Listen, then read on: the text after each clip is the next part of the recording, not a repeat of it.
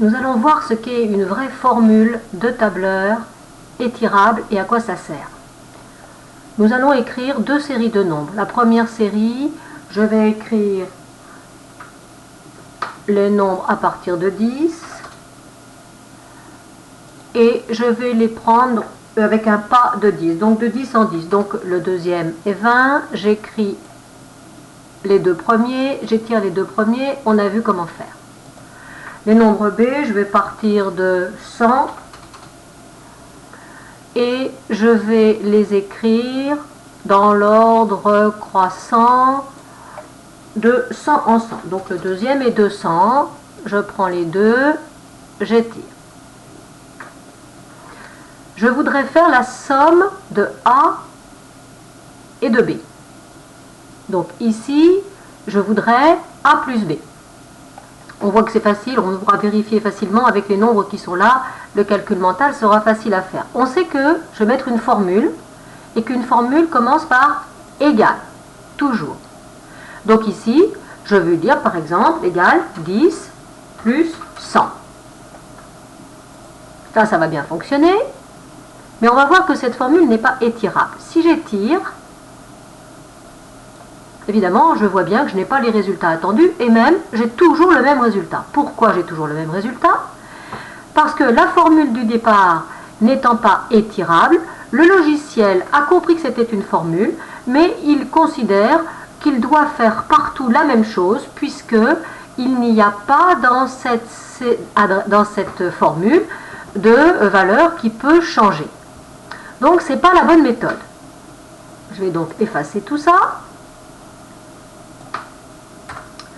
Et ici, je vais mettre une formule, toujours avec un égal, mais au lieu de lui dire 10 plus 100, je vais lui dire d'aller chercher le 10 dans B4 et d'ajouter le 100 qui est dans B5.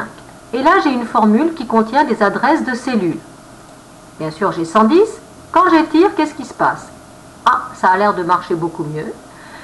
Et quand je me mets ici, je vois que la formule a été modifiée.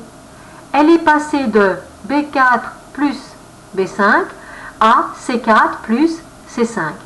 Le logiciel a modifié les adresses de cellules pour prendre en compte à chaque fois les nombres qui sont dans la même position que ce qui était placé au départ.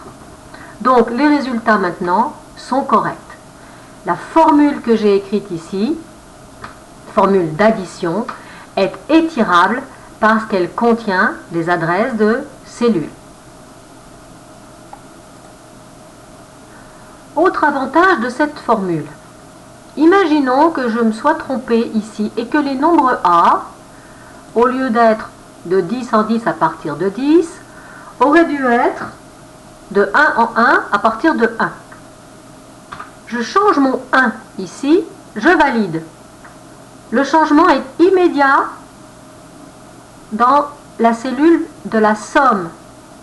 Et si je tire pour avoir les nombres de 1 en 1 sur toute la ligne, je vois que le changement, dès que je vais arrêter de tirer, le changement va se faire sur la ligne du nombre A et immédiatement le changement va se faire sur la ligne de la somme.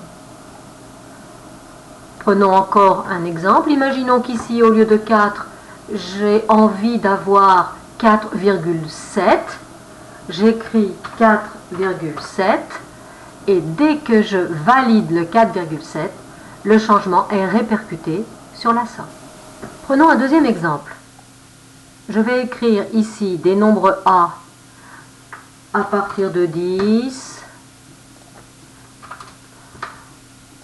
de 2 en 2, pas de 2, j'écris 10, 12, je tire, on a vu comment faire.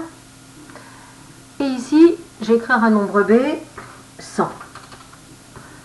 Je veux faire la somme A plus B, mais je veux que ce soit toujours avec 100. Je ne peux pas étirer le 100.